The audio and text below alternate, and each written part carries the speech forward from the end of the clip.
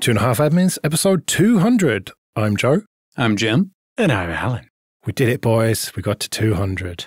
And to celebrate, we're going to do a free consulting special, so it'll be all of your questions all the time. A reminder that you can send in your questions for future episodes to show@2.5admins.com. And also a thank you to everyone who supports us with PayPal and Patreon. We really do appreciate that. You can learn more at 2.5admins.com/support. As well as getting advert-free RSS feeds and some episodes early, you also get to skip the queue for free consulting, which is what a bunch of people did this time, along with a bunch of people who aren't patrons. But let's start with all the Patreon questions. So, Scott writes, I'm curious if Jim and Allan have noticed that hard drive models seem to be rotated out of production much more quickly as of late. It feels like every time I need to buy a new hard drive, I never get the capacity that I'm looking for, even if I'm not in need of an upgrade. For example, several months ago, I bought a couple of refurbished 12TB Iron Wolves for my home backup server. Just this morning, one of them faulted, so I went online to see about getting a replacement. I looked on all my usual websites and couldn't find any 12TB models for sale, refurbished or otherwise, except for a few third-party sellers on Amazon at a ridiculous markup. I wound up just picking up an 18TB disk to fill the gap for now, since I don't want to wait for the warranty replacement to show up. But I feel like this wasn't an issue a few years ago. Is this because technologies like HAMR are becoming more mature, and we're seeing the density shoot up like crazy? I guess it makes sense that they wouldn't want to keep an excessive number of product lines going. Nope, that's not the reason. Actually, hard drive models, as far as I can tell, aren't rotating through any more frequently than they ever have. The big difference is normal people are starting to not care about increased capacity per drive on Rust disks because they've gotten so huge. 10 years ago, when you had a transition from 4TB to 8TB, almost anybody who saw 8TB drives for almost the same price as 4TB drives were immediately going to go for the 8TB because they were probably getting crowded. But we've finally gotten to the point now, there are lots and lots of people who don't actually need more than about 12TB of storage. And even amongst folks who are building RAID arrays, the folks who built arrays out of, say 8 to 10 12TB drives, very frequently don't actually need more storage than that. So I don't think it's so much that the models are updating more quickly as that you care a lot less than you used to. His complaint mostly is that he can't find a 12TB drive for sale anymore, only the bigger sizes. And I think part of that is that, yes, there's some rotation happening faster, although part of that is also just the vendors, like the stores, don't want to be caught with a whole bunch of hard drives that nobody wants, or that they're going to have to sell for less than they paid for them because, the price per terabyte is coming down.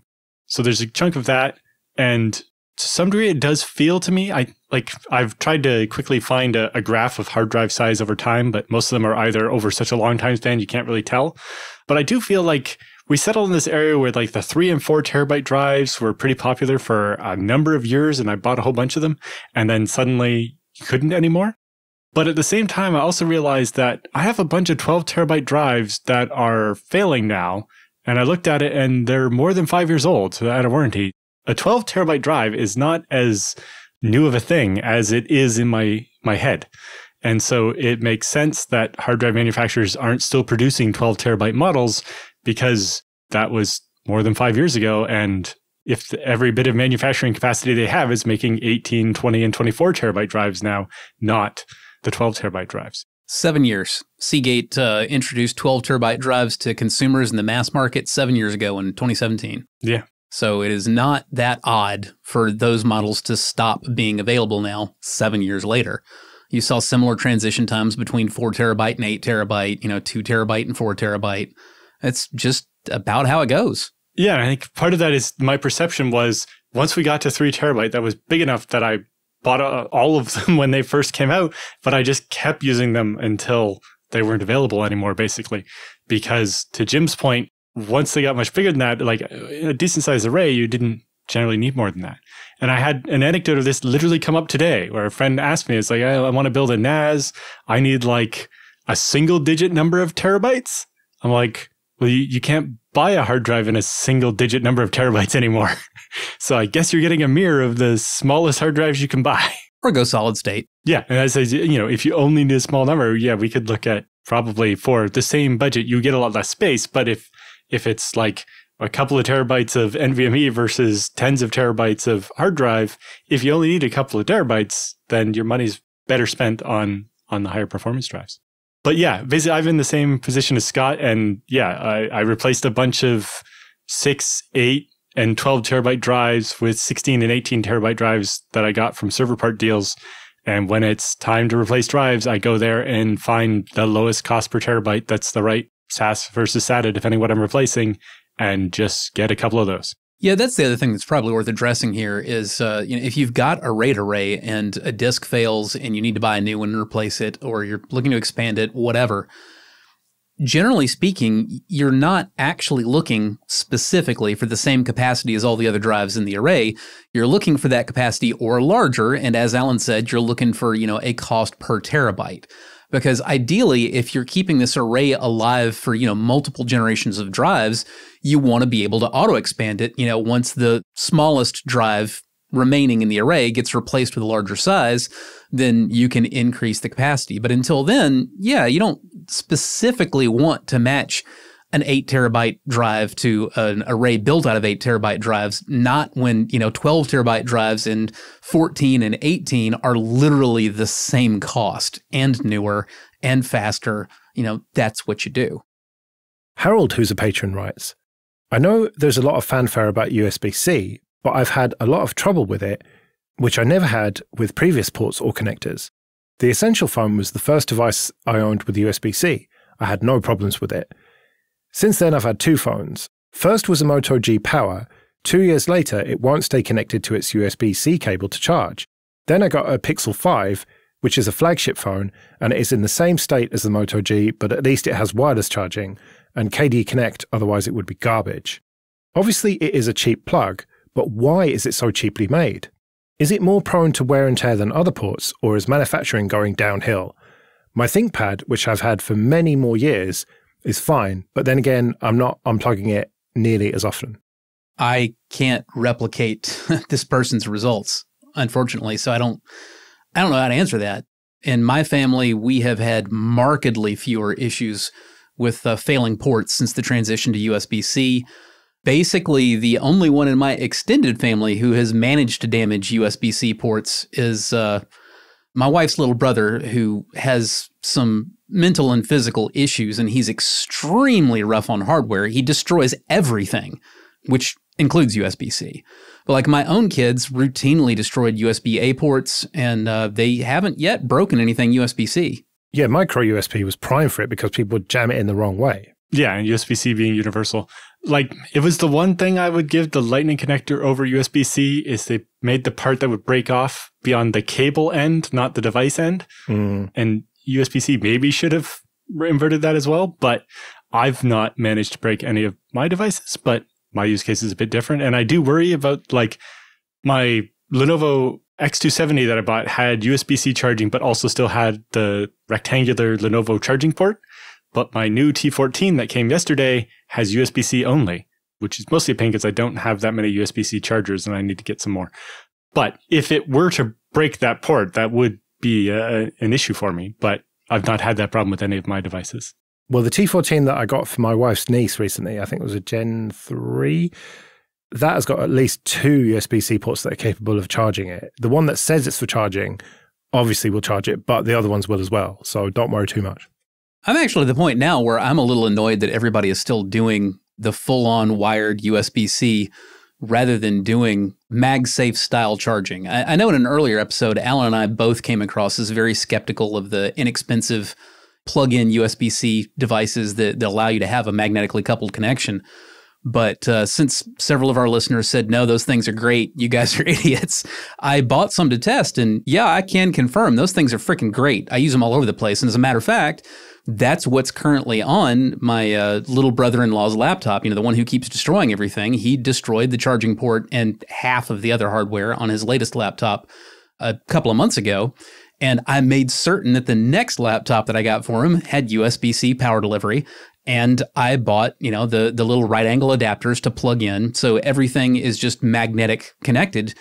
And my little brother kind of hates it because, he unplugs it all the time. But that's a good thing. He's actually unplugging it as opposed to destroying his freaking laptop when he bangs that stuff around. So it's great. I should mention also, when I say that We're talking about magnetic coupled and USB power delivery. Like his laptop, it draws a lot of current across that magnetic coupling and it works fine. Like there's no issue even with, high voltage, high current USB power delivery over these magnetic coupled connections. So I'm to the point now of thinking like those should actually be standard. And if you want something to be more resistant to the cable, coming unplugged, well, then maybe you should have like a retainer for that magnetically coupled connection for that device rather than just relying on, the mechanical crankiness of pins to keep it in. Yeah. To Harold's point, I wonder if it's maybe he has bad USB-C cables rather than the device. That's the problem. I don't know. That is entirely possible. Okay, this episode is sponsored by Tailscale. Go to tailscale.com/25A. Tailscale is an intuitive, programmable way to manage a private network. It's zero-trust network access that every organization can use, and with Tailscale's ACL policies, you can securely control access to devices and services with next-gen network access controls. Loads of the late-night Linux family hosts use Tailscale for all sorts, including controlling 3D printers, remoting into their relative systems for support, controlling Home Assistant, and sending ZFS snapshots to off-site backup locations. I got it set up in minutes, and you can too. So support the show and check out Tailscale for yourself. Go to tailscale.com/25A and try out Tailscale for free for up to 100 devices and 3 users with no credit card required. That's tailscale.com/25A. Toby, who's a patron, writes, I'm now running ZFS on my VPS. It works a treat, and I enabled compression and encryption. However, one thing that took me by surprise is how slow and CPU intensive it is to do a du-hsc on a folder with many subfolders and files. As a comparison, I tested this by downloading a Nextcloud release zip and then unzipped it and then ran time du-hsc on various partitions on the same machine using the same drive, with the following results. LVM and XFS 21 seconds. ZFS no compression, no encryption 2 minutes 3 seconds. ZFS with compression and encryption 7 minutes 7 seconds. As you can see, even without encryption and compression, ZFS is way slower. So how does one get directory usage on ZFS in a reasonable time? Okay, so the first thing here is you said Nextcloud. And since you said Nextcloud, that means you're using ACLs. You didn't specify an operating system directly, but you said LVM, so that means Linux. That leaves us with something that you almost certainly didn't do, which is ZFS set XATTR equals SA on the directory containing your Nextcloud files before you unzip the files into it. If you don't set XATTR equals SA, then ZFS has to store the metadata for each file in a completely separate block. Whereas if you set XATTR equals SA, the metadata actually gets stored in the leading block on smaller files with a tremendous increase in performance when you're just statting every file out of a huge list, which is exactly what you're doing here. So the first thing is going to be make sure you set XATTR equals SA on anywhere that you're doing your Nextcloud stuff. Do that before you actually set Nextcloud up in that data set, and then try your tests again. I would also say I would expect your results with encryption to remain considerably slower for this workload. Compression, however, on its own should not affect it.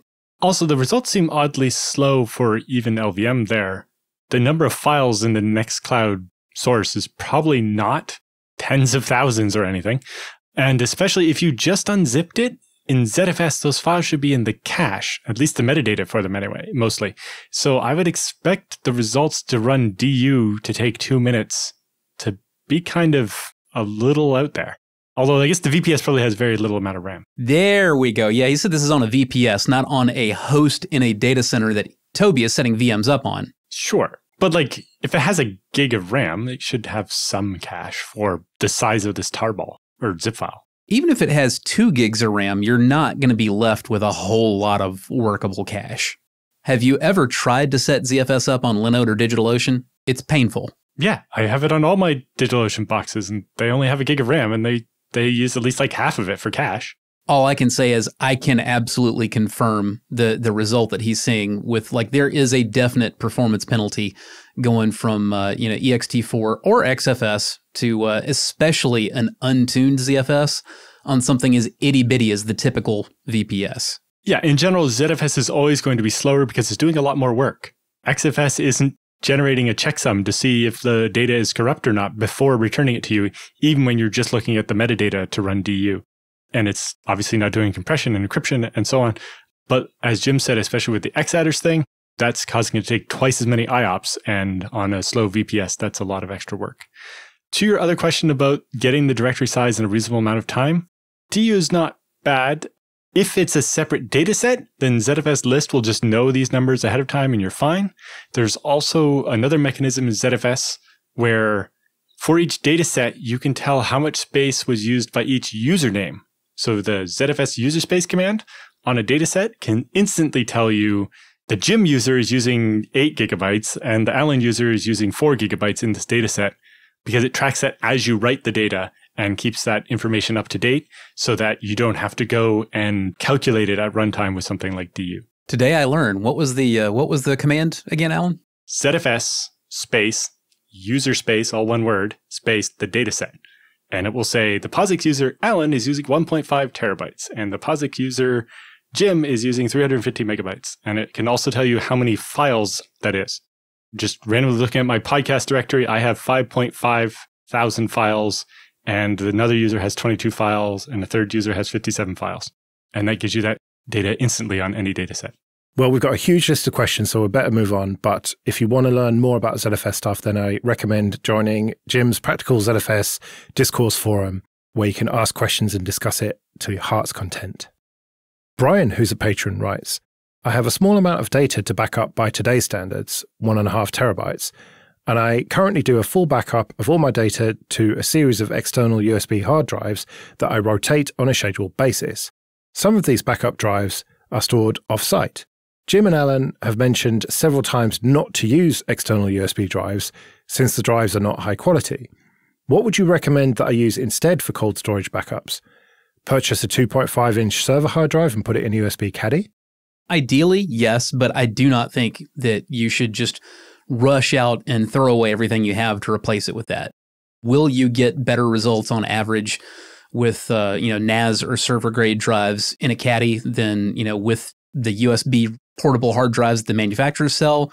Yes, but you've already said that you have a whole series of them and you're rotating them regularly. If you're accurately describing your backup routine and you actually have the discipline to keep it up, you're basically already good to go, even with garbage drives. So feel good about what you have and what you're doing. And as you replace them, I would advise, like Exos or our Iron Wolf drives in generic caddies. Yeah, although you mentioned 2.5-inch, probably because you're wanting to not need the separate power that 3.5-inch drives normally do, in which case I'd suggest like a 2 terabyte SATA SSD will give you what you're looking for and not be overly expensive. That's probably only $100 or so for the SSD, and that still gives you the capacity you need. But yeah, like Jim said, as long as you're using multiple of them, external USB drive isn't bad. We were mostly talking about people trying to build like the main array out of USB drives, and just don't do that. And also don't depend on one external USB drive as your backup because, yes, there's a good chance it'll go bad. But if you have multiple, all of them going bad at once seems less likely. And finally, don't depend on even one USB external drive hooked up 24/7, 365. That is not what that connection type is for. You will have bad results. Yeah. What I've learned from 200 episodes of this show is that you should treat every single hard drive as if it is about to die. Mm-hmm. If you do that, then you'll be fine because you'll have enough copies of your data in enough different places that when they do die, you'll be fine. That is correct. Yeah, it's like the opening line of the ZFS book I wrote was literally like, your hard drives are lying to you. They're just going to die. ZFS at least warns you and helps you stop them. Well, all we are is dust in the wind, dude, and hard drives are no different. Yeah, when you think about how a hard drive works, where there's this head floating less than the width of a hair over a platter spinning at 7,200 RPM, there's a good chance something's going to go wrong. You did mention USB SSDs. It's worth mentioning, don't get those little Samsung ones that are an NVMe drive in an enclosure that you can't open easily. because they are garbage. Get yourself a SATA one and an enclosure for it, a caddy for it. Mostly just because the SATA ones don't get as hot and don't need separate cooling, and the external enclosures never had good cooling. Yeah, I would agree. SATA form factor is far safer for this than NVMe. NVMe drives tend to eat themselves a lot, kind of no matter what. I mean, even inside a chassis, an NVMe drive is more likely to have overheating type issues than a SATA drive. But when you're talking about, putting it in a cheap enclosure, yeah, you definitely don't want NVMe. We should be more specific that when Jim says NVMe there, he's talking about M.2. There are NVMe drives that look like a 2.5-inch SATA drive. That's the U2 and U3 format. And they have, lots of metal, and they're not the thing that looks like a stick of gum that gets really hot. Okay, this episode is sponsored by 1Password. In a perfect world, end users would only work on managed devices with IT-approved apps. But every day, employees use personal devices and unapproved apps that aren't protected by MDM, IAM, or any other security tool. There's a giant gap between the security tools we have and the way we actually work. 1Password calls it the Access Trust Gap, and they've also created the first ever solution to fill it. 1Password Extended Access Management secures every sign-in for every app on every device. It includes the password manager you know and love, and the device trust solution you've probably heard of on this podcast back when it was called Collide. 1Password Extended Access Management cares about user experience and privacy, which means it can go places other tools can't, like personal and contractor devices. It ensures that every device is known and healthy, and every login is protected. So stop trying to ban BYOD or shadow IT, and start protecting them with 1Password Extended Access Management. Support the show and check it out at onepassword.com/25A. Tony, who's a patron, writes, how did you get to your level of knowledge?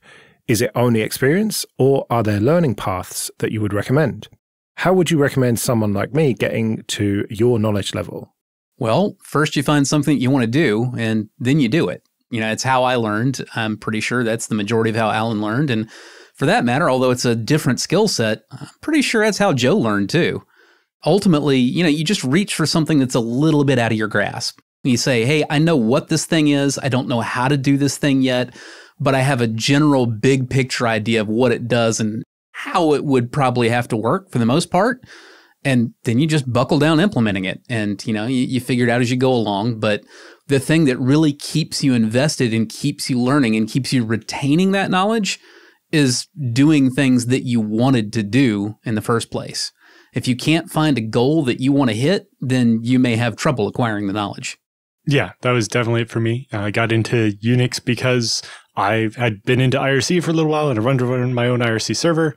And I eventually learned that, I wanted a Unix machine to run it on. And so I had to learn that and how to download a tarball and extract it and compile software and run it and edit the config files and all that from there. And then I decided I don't like all these hosting providers. They're too janky. I'm going to be my own hosting provider. And I learned how to do all that. And then when you're renting out access to your machine and people are trying to break it, you learn how to fix it and be smarter than them. Another big thing is take copious notes, document what you're doing, not just half-ass, take it seriously. My favorite process when I'm learning something new is I will first figure out how to do it, and I will try to take notes as I go along, and then as soon as I've got it working, I throw the whole damn thing away, and I try to do it again following my notes. I will invariably find something that I didn't document well enough in my notes, and if I did a really good job the first time around, I may know what it is that I didn't write immediately and be able to just fix it that way. Or I may have to actually figure out the things that I failed to document properly. But either way, if I had to think at any point during this process when I'm trying to follow my own notes that I've already written, well, once I get done and get it working, I throw it away again and start over until I can get to the point where I can literally just follow my own notes blindly without really having to think about it and everything works at the end. I'm not done yet. And what that does for you is, in addition to giving you awesome documentation to follow later on when you've forgotten how to do this thing because it's been 2 or 3 years, but now you need to do it again and you'd really rather not have to spend another 20 hours figuring it out. In addition to that, you'll learn so much more about it, because in that process of throwing it away and having to do it again until you can literally just follow your notes, you're not only producing that structure on the page, you're also creating that structure in your head. You understand what it is that you did so much better once you've actually gotten through the full process, top to bottom, in a coherent, logical, easy to follow format. Stephen, who's a patron, writes, I have several Sabrent external hard drive enclosures, but I cannot always swap drives between them. I have narrowed it down to 2 types, where all drives formatted with one enclosure works in this set of enclosures, and all the ones formatted with the second work with the second. I also remember a previous episode where Jim gave a reason for this, but I cannot remember what or why this can occur. Do you guys know why this may be the case? Is there a way to detect or correct for using drives formatted with the other type of enclosure? I think I know the answer to this. It's something to do with certain enclosures reserving a few blocks at the beginning or something? Usually the end, I think. But yes, it can be that and just what sector size they use. But a lot of times it is that little bit of reserved space for their own metadata. And then if that aligns with the GPT table or not. Although usually it really depends what you mean by formatted here. And oftentimes I would expect you to be able to make it work. If you don't care about the data that's on the drive when you're swapping enclosures, you can just put down a new partition table and it'll be fine. In most of the other cases, operating systems have different ways of dealing with a drive that says it's this big, but actually the hardware report's not being that big. Some of them just won't show you the partitions. Some of them will tell you there's an error. And sometimes it's easy to fix and sometimes it's not. The caddies that I use are typically, they're not trying to be that clever. The caddy is not inserting any metadata of its own. It's literally just a USB to SATA bridge. How you make certain that the caddy that you're buying is a simple USB to SATA bridge and is not doing something more advanced and or foolhardy on its own, I don't know the answer to that one, unfortunately. I wish I did. Some of it can also just be like the sector size. You know, if it always tries to show 4K sectors and the drive has an odd number of 512E sectors or something, it can get weird. But other than checking that it's not something with the GPT partition table, I don't know what else to say. Yeah, I kind of wonder if this isn't an issue with some of the drives being a different capacity than the others, or some being 512 versus 4K, and one of the caddy models being older and not understanding either too large a capacity that didn't exist when that caddy was made, or possibly, not understanding a separate sector size. Because again, ultimately, you're really not expecting these things to be doing much with the drive. We're not talking about a RAID enclosure. Now, when you're talking about something that sets up a RAID array, well, then, yeah, you've necessarily got some pretty proprietary metadata that's going, you don't know where on those drives actually. Can be the beginning, can be the end, can be both, and you can have some serious issues with that. But a single USB enclosure sold without drive really shouldn't be doing anything but bridging USB to SATA. Yeah, and I think that's generally the biggest thing is if you can buy it without a drive, it's more likely to be universal than one that comes with a drive.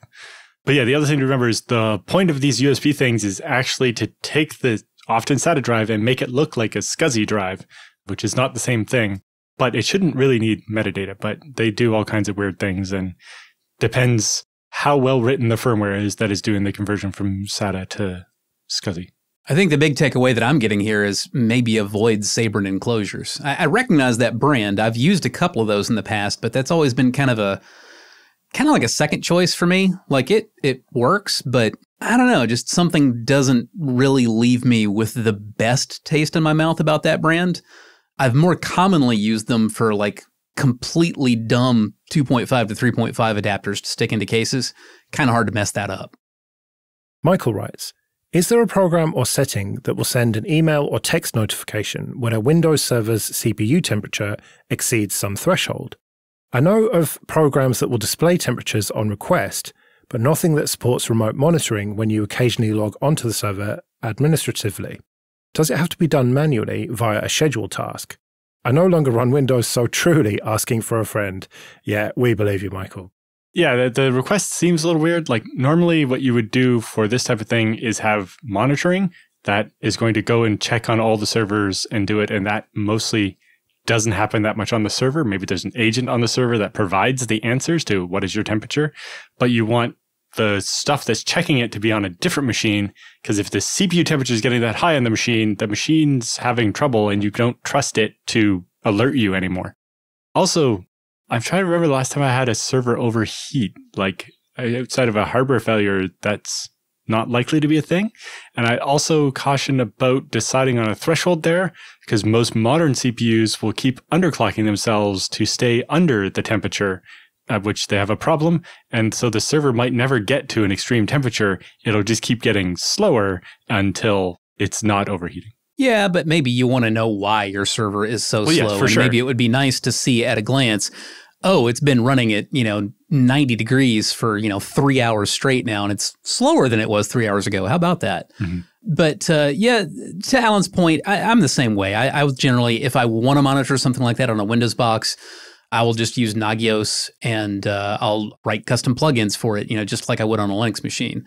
Now, with that said, there's a tool that we used extensively at Ars Technica when we were, doing hardware reviews of new systems called HWinfo that gives you extremely low-level information about everything from temperatures to voltage levels to you name it, on all kinds of pieces of your machine.